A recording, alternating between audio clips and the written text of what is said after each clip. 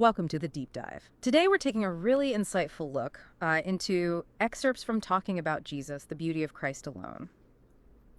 Our vision, really, for this deep dive is to explore quite a profound concept.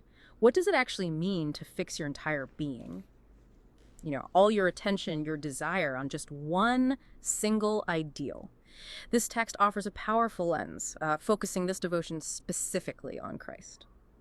Okay, let's unpack this a little Yeah. bit. We're looking at a text that invites, well, a radical redirection of attention and desire. It's a very intense focus, isn't it? Sort of a guiding principle that really challenges us to think about where we find genuine satisfaction. Exactly, and where we put our attention. The source sets this tone immediately. I mean, the opening line really makes you stop. May my eyes behold no beauty but your own. It's not just asking for focus, is it? It feels like it's redefining beauty itself, pushing against what it calls fleeting attraction. By contrasting them with the radiance of your holiness, which it calls everlasting. So what's the implication there about how we see the world? Well, what's fascinating here is how the source guides the gaze away from, the world's glimmer Yeah. towards something it presents as a more satisfying, singular brightness. It's suggesting true value isn't found by just grabbing more external stuff. So it's less about accumulation. Exactly. It's more about pruning distractions, maybe, recognizing an intrinsic, unchanging value. It shifts the focus from wanting more to embracing this profound one.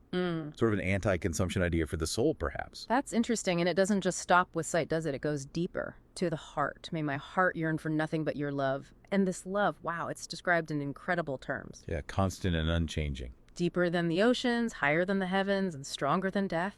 It even talks about how this love acted, pursued me when I wandered, lifted me when I fell. And held me fast when I was weak. Yeah. That active pursuit is key. So how does this specific description of love become so foundational here? Well, if we connect this to the bigger picture, it's making a profound statement about where you find true security, true stability. Okay. In a world where, let's face it, affections shift, loyalties change, this text points to one source of completely unchanging devotion. Like an anchor. Precisely. It speaks to that deep human need for something solid, something unshakable, a real home for the heart, you could say, amidst all of life's ups and downs. That makes sense. And that deep yearning then connects to mercy, tender mercy. The source pleads, may my soul be enraptured solely by your tender mercy.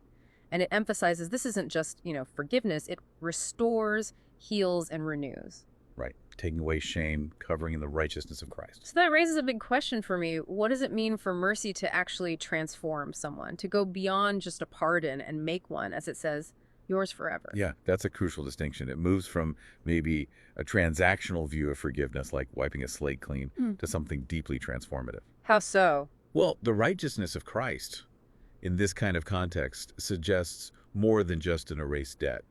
It implies a fundamental realignment, morally and spiritually. A complete overhaul, almost. So being made right from the inside out. Kind of, yeah. A profound spiritual recreation through this connection. Not just forgiven, but actually changed. And this devotion isn't meant to be just an internal feeling, right? The text wants it woven into everything. Absolutely. It talks about being captivated by presence, wanting thoughts to rise constantly, work to be an offering, rest to quiet trust, speech an echo of truth, making sure every step I take is in step with your spirit. It's about daily life. How does that shift work from the inner feeling to the practical day-to-day? Okay, here's where it gets really interesting, I think.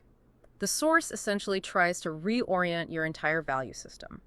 It's not enough just to feel it. It has to become the lens you live through. And then it makes this bold claim, knowing you is the greatest joy, the deepest peace, and the highest reward. Which directly challenges, well, everything else we usually value. Exactly. Conventional ideas of wealth, success, status. It contrasts this knowing with fleeting riches, beauty that fades, fame that's forgotten. It argues true fulfillment isn't in getting more external things, but in pursuing this singular internal spiritual connection. And it applies this focus across life's different phases, every season, as it says. Like, when temptation comes, let me see that your love is better than sin's fleeting pleasures. It's quite direct. Very. Or, when my strength fails, be my rest, and when wounds ache, be my healer. It's meant to be the constant answer. It all seems to build towards this point of total surrender. I surrender all that I am, my thoughts, my desires, my ambitions, my future, into your hands. Yeah, that's the culmination. This comprehensive surrender describes a life where, ideally, everything lines up purposefully with this one focus. Leading to what it calls a continual hymn. Right. A life lived as this constant declaration.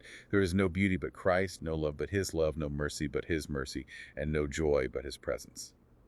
It's a powerful vision of complete integration, the ideal becoming the reality. So this deep dive has certainly explored a profound call to singular devotion, asking us to fix our whole being on one ideal. It leaves us with something to think about, doesn't it, for you listening?